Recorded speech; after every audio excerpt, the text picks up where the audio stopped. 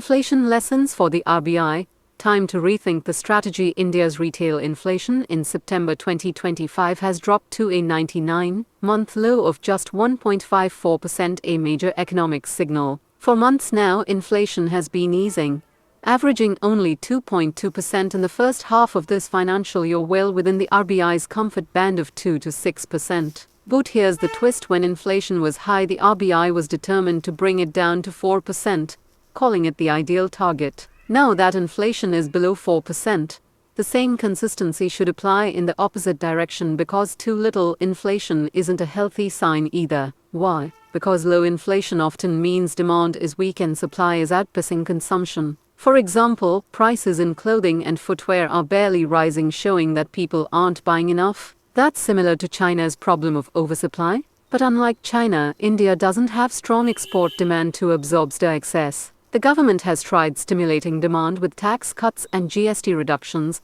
but instead of spending more, people are saving or paying off loans. So, what India really needs now is a steady rise in real wages, and that can only happen when private sector investments turn into real projects and jobs. For that to happen, the RBI should step in and cut interest rates in its next policy meeting. With inflation so low, holding on to high interest rates could actually slow down growth. There's another issue to the RBI's forecasting accuracy. In April, it predicted 4% inflation for the year, but by September, it had to revise it down to 2.6%. Such a drastic change in just 6 months shows a problem in how inflation is being estimated. In short, India's economy is stable but at risk of cooling too much. The RBI must act decisively. Lower rates support private investment and improve its forecasting models.